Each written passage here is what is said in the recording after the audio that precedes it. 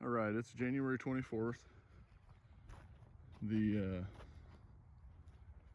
cows here on this final field of stockpile fescue. This is what they did to that field. Where my last video was showing what they was getting turned into, and this is what they did. Now they did make it 2 extra days in this field, which I'm okay with, because with the little bit of overnight rain that we got last night and today, they wasted more than they ate, and they really smashed this in. Red clover was spread on this section right here, and it's going to get spread on the next section tomorrow, so that it can be reseeded a little bit with red clover. But this is what they did. They left everything that they ain't gonna eat, and they're eating all this stockpile stuff, which has still got some green in it. That's what they're getting ready to get turned into today. Calves have already slipped underneath the top wire, because this fence wasn't on. There's 2 wires over there on the other side of the section, so they won't be slipping through that. But the cows are anxious, so I'm going to go ahead and here's the bull. He's ready. Cows are ready. Young calves that's learned what electricity is are ready. I'm going to turn them in real quick and let them get to working on this. I'll show you that in the next clip. Roll the wire up a little bit and let them try to get the video going as quick as it could. There's no complaining now.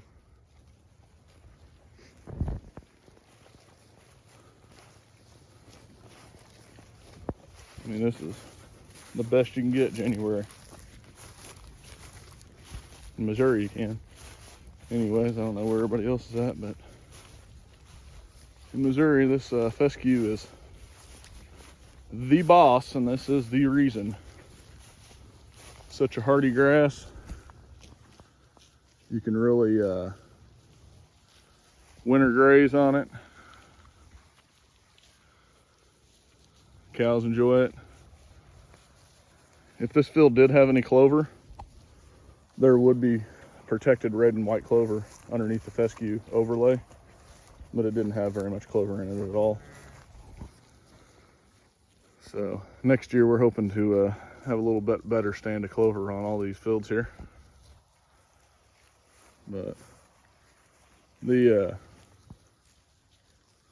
cows are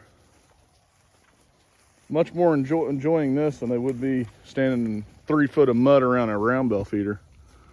You don't see mud on these cows. It's because there is no mud. There is mud here, but not where they're grazing. They're coming out looking like the color that they actually are out of winter. Now they will end up having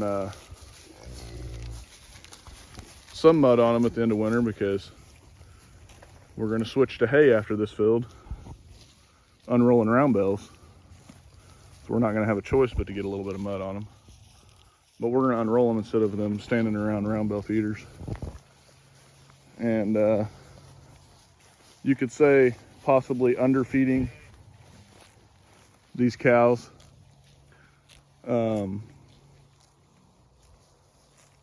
One 5x6 bell that weighs about 1,300 pounds for the 18 cows, bull, and 15 calves that we have here. Might be underfeeding a little bit each day, but we have a field back over that way, and it's about a 15-acre field that still has probably 4 inches of stockpile left that we're going to go ahead and open up and let the cows enjoy just total grazing that field and the round bell each day. So That should extend the hay a little bit to get us into March. So as you can see, this field right here, where they was at, this section where they was at, it's got some manure coverage. It's got some waste. It's still got a little green in there. I mean, this field's going to pop off in the springtime. Even though it could be short in a few areas, the overall benefit is there. These little twigs sticking up, these little briars, what we call them, I don't know. I think they're blackberry sprigs. Not sure exactly what they are.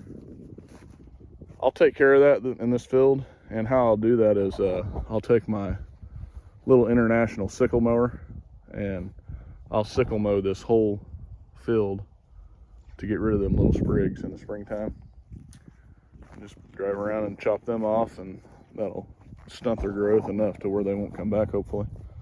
And I will go as low as I can, because all the leftover is stomped into the ground, so it's not like you're cutting it anyways. I'll run it across the ground and chop it off ground level. So, well, till next time, guys. Thanks for watching.